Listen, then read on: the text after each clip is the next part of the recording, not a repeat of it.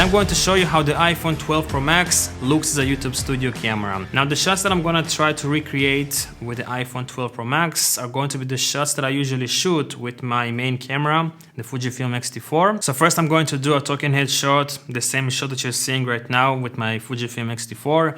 Next one is going to be an overhead shot because I'm doing lots of overhead shots in my videos. And lastly, I'm going to take a couple of B-roll shots with the iPhone 12 Pro Max, maybe like product B-roll shots and stuff to see how it works as a B-roll camera. Last important thing is the camera settings. I was planning to use Filmic Pro application to shoot this video with the iPhone, but I decided not to make it easier for you to recreate what I'm going to try to create here, and also more cheap. So I'm going to use instead the built-in stock iPhone camera application. That being said, let's start recreating this shot that you're seeing right now, my main talking head shot with the iPhone. Okay, so these are the settings that I'm going to use on the iPhone.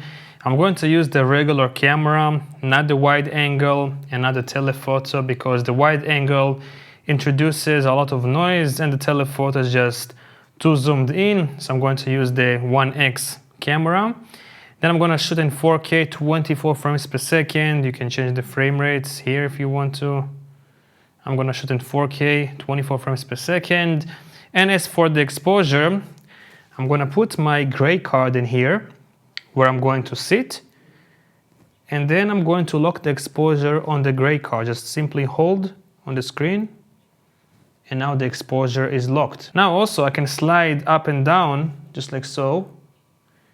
And it's going to change the exposure. So I'm going to play with that until I see something that looks good enough for me. And by the way, I disabled also HDR. So I'm not filming in HDR, just normal filming mode because I don't want to use HDR. Now, because I'm using the rear cameras on the iPhone, I can't really see myself while shooting myself.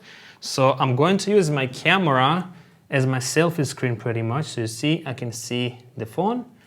And I'm going to look at my screen and I see what the iPhone sees. But in the past, I used to use a mirror. I would just place a mirror in here and then I would see what the iPhone sees. And this is how the iPhone 12 Pro Max looks like as a talking head camera.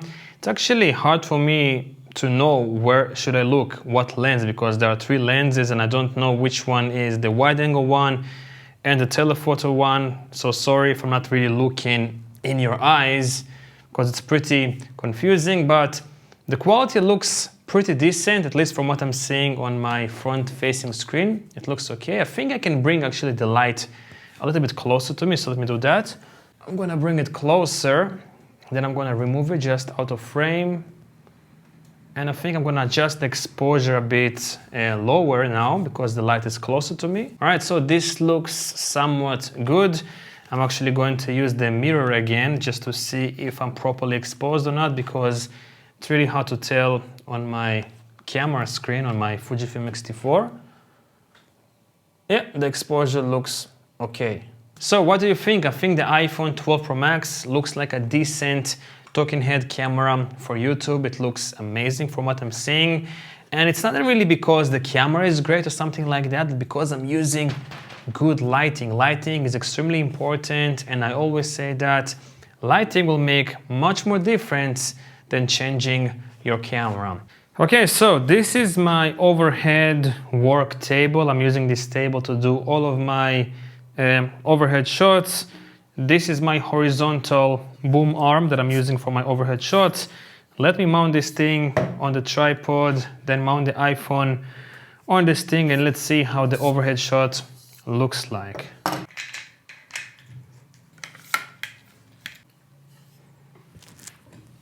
All right, so the overhead rig is pretty much all adjusted. So I have my tripod, then I have my horizontal boom arm, and the iPhone is right here, facing down just like so. And right now I am filming with the iPhone 12 Pro Max. I think I need to bring up the exposure a little bit.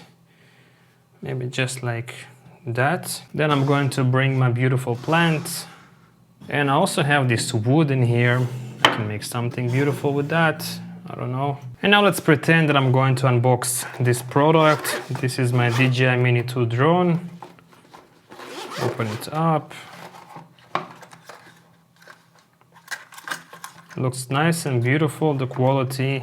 Let me now actually unlock the autofocus and auto exposure lock and see how the iPhone handles everything basically on automatic. So right now I'm shooting on automatic, nothing is locked, not the exposure, not the white balance, not the focus. And I'm pretending to unbox something, and as you can see, when I put my drone higher up, the iPhone adjusts the white balance to more yellowish or something like that. Let's see how the background looks like when I'm going to remove this wood thing. So now I'm using just the white table, and I think it looks not as good as when I was using the wood plating. Still looks okay, but it's not as good as it was before in my opinion. Alright, so I have now my table basically in the middle of the room, facing against a blank wall. On the floor I have two RGB lights, one is yellow, one is blue. Here I have my drone, it's going to be the product that I'm going to be shooting with the iPhone 12 Pro Max. And now I'm going to bring the light as close as possible to the table to make the light again as soft and as pleasing as possible. And shoot a couple of handheld B-roll shots in 4K 60 because I want to slow it down in post-production, but again I'm going to lock the exposure, autofocus to have consistent exposure and to make it look as good as possible. Alright, I think the light is close enough, and now let me switch to 4K 60. Place my hands on this thing, maybe move the drone a bit here, just like so, and start doing a sliding shot. Maybe a reveal shot, 3, 2, 1. Now I'm also going to switch to the telephoto lens just to have different kind of angles in this shot. 3, 2, 1. Couple more shots that I can do is to turn off this light and only use the RGB light to kind of reveal the drone. So let me do that. I'm actually going to place the iPhone on the tripod for this shot. Alright, starting now. I'm not really good at these things. Alright, so I think I'm pretty much done here. Let me now import the footage from my iPhone to my computer, edit everything together, and let's see how the B-roll sequence looks like with the iPhone 12 Pro Max. So I'm going to show you the sequence in 3, 2, 1, go.